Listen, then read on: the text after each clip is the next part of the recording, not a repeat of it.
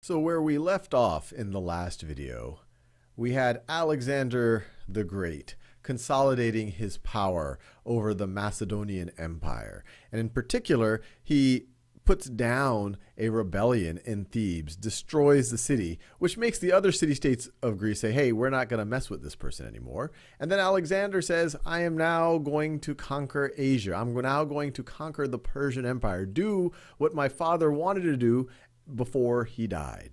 And so he puts one of his father's generals, now one of his generals, in charge of Greece, Antipater. Antipater declares him regent and then leads troops off to what many people say is have the greatest, or many historians call the greatest adventure of all time, his attempt to conquer the Persian Empire and become the king of Asia. So the year is 334 BCE. And the first major battle that Alexander and his army encounters is at the Granicus River here in modern-day Turkey. Now, keep in mind that Alexander's force, depending on what time we're looking at, it numbers between 40 and 50,000 troops, a good number of them infantry, some cavalry, and most of the battles that we'll see him fight, especially the next two against the Persian forces, he's hugely outnumbered. But at Granicus, he actually has an advantage in terms of the number of infantry he has. He's slightly outnumbered in terms of cavalry, but he's able to defeat the Persian forces.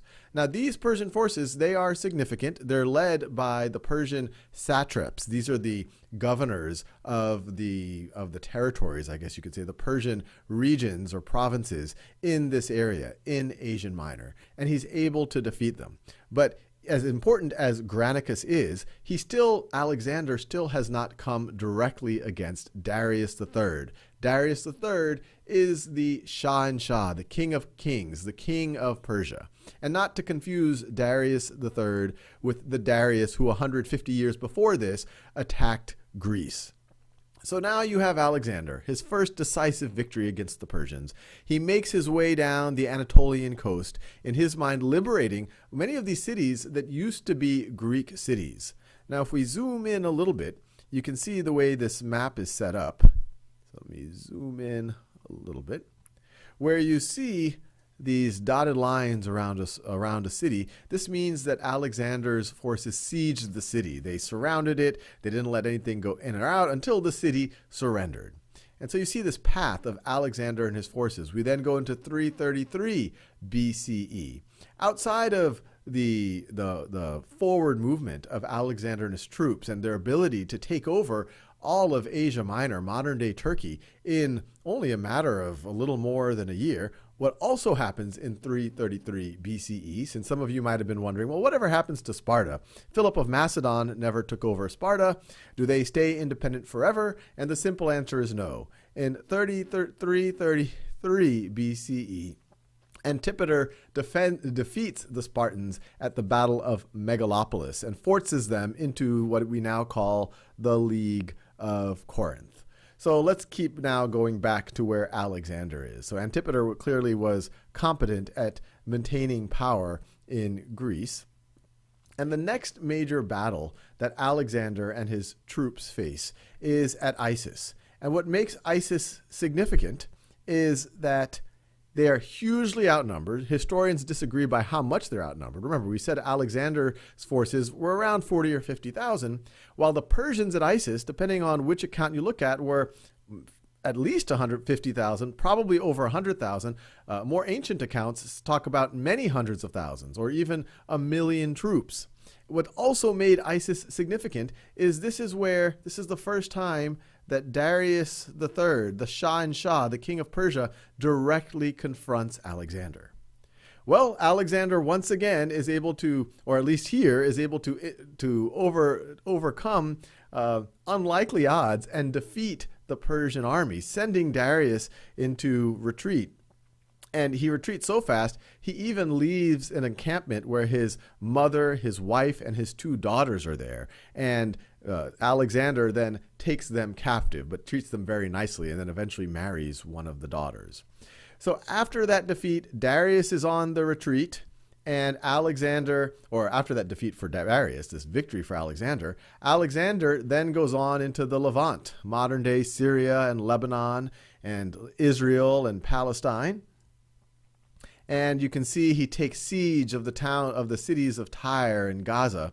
But by the time he gets through that, it's now 332, and he makes his way into Egypt, and he's relatively unopposed. The satraps in Egypt to say, okay, you know what? We recognize you. They treat him as a liberator. And he even takes a pretty large detour to go to the oracle for the god Ammon, and there he is reassured that he is the son of Ammon. And he already is told by his mother, Olympias, that he is the son of Zeus. And so many people call Alexander, or he calls himself now, Alexander Zeus Ammon, the son of Zeus Ammon. So once again, he's trying to really make himself, or maybe he believes himself, that he is half God, that he is a demigod.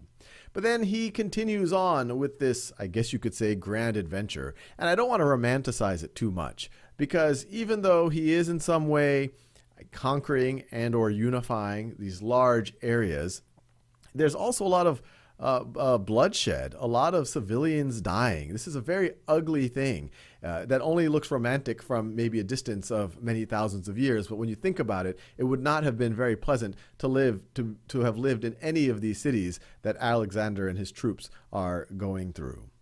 But then he leaves Egypt, and the whole time after the defeat of Isis, Darius keeps sending him entreaties to say, hey, maybe we can work this thing out. Maybe you can just stop to the west of the Euphrates. I'll give you this or that. But Alexander keeps saying, nope, not for me. I want to be the king of Asia. There's only one king of Asia. And so they eventually meet again at Gaugamela. Once again, a very significant battle in history, where once again Darius is there and has a significant force advantage over Alexander, and this time doesn't make the mistake of meeting him in a relatively narrow area where his force advantage won't really be an advantage. But even at Gaugamela, Alexander is able to decisively defeat him, and Darius has to flee over the mountains to Ecbatana. My apologies, because I know I'm probably not pronouncing it perfectly. And Alexander and his forces then go on to capture Babylon and Susa. And Susa was actually one of the capitals of the Achaemenid Empire. So this whole way, they're able to get all of this treasure and start sending it back to Greece. And then we eventually get to, and by this point, having been defeated at Isis and now Gaugamela and being on the run, the Persian Empire is, you could say it's already fallen, or it's definitely falling, but it becomes really official once we get to 330 BCE.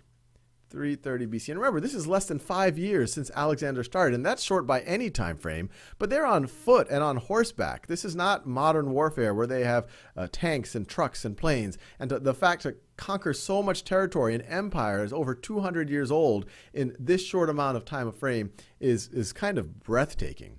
But it's in 330 where the forces go to the Achaemenid capital of Persepolis, the capital for over 200 years, and they sack that town. And not only do they sack that town, they destroy the town. And I'll repeat it again. Alexander the Great, he's romanticized a lot. He's called the Great, but they destroy that town in a way that you would not make your parents proud. Let's just put it that way. But at that point, he is now king of the Persian Empire. Darius is officially on the run. And what Alexander now cares about is continuing this adventure, continuing it east into what we now consider to be Afghanistan, Turkmenistan, Uzbekistan, and modern-day Pakistan. He also wants to get Darius. Some would argue he wants to kill him himself. Some would argue that he wants to somehow have Darius declare Alexander as the rightful Shah king of Asia. And so you can see the path of Alexander and his forces. After they destroy Persepolis, they then go up, they turn northwards, and they go through all of these cities up here. Then in 329, they're following the trail of Darius. Darius eventually gets captured and killed by one of his satraps, someone by the name of Bessus. And Bessus, who was one of the satraps of Bactria, kills Darius and declares himself Artaxerxes V. He wants to be the Shah. Well, eventually Alexander catches up with Bessus in 329. He's really angry that Bessus has killed Darius. He's also likely angry that Bessus is claiming that he's the Shah. And so he kills Bessus in fairly brutal form. And there's different accounts of how the killing happened, but all of them are various degrees of brutal. But from there, Alexander's troops continued on eastward into what we now consider to be Afghanistan and Pakistan. And there he has the famous battle with the king of Porus, where he encounters these 200 war elephants. But once again, he's this great military tactician, and he's able to defeat the king. And along this whole way, it's worth mentioning, he sets up all of these towns. He sets up 20 Alexandrias, and near here he even sets up a town named after his horse, Bucephalus, the town of Bucephala. And Alexander is eager to keep conquering. Once he defeats the king of Porus, he says, hey, I want to go conquer the rest of India.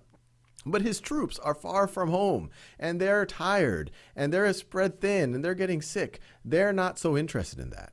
So eventually, Alexander says, all right, I'm with y'all. Let's go back. And the troops are really, really happy. They make their way back. You can see the path back after and you can see it as they follow the Indus River in Pakistan. And eventually, we get to 323 BCE, and Alexander is back in Babylon. And it's over there in Babylon that Alexander dies at the ripe old age of 32. It's mind-blowing to think about how much happened in the 12 years that he was emperor of the Macedonians, or even the Shah of Persia. He was able to defeat an empire over 200 years old. And what's significant about this is that as he conquered, he encouraged his troops to assimilate. In fact, he was criticized for maybe assimilating a little bit too much. But he dies in Babylon, and it's not clear exactly why he dies. He was a major drinker. Some people say alcohol poisoning. Some people say it was direct poisoning. But needless to say, this was one of the most significant decades in human history, this conquest of Alexander the Great.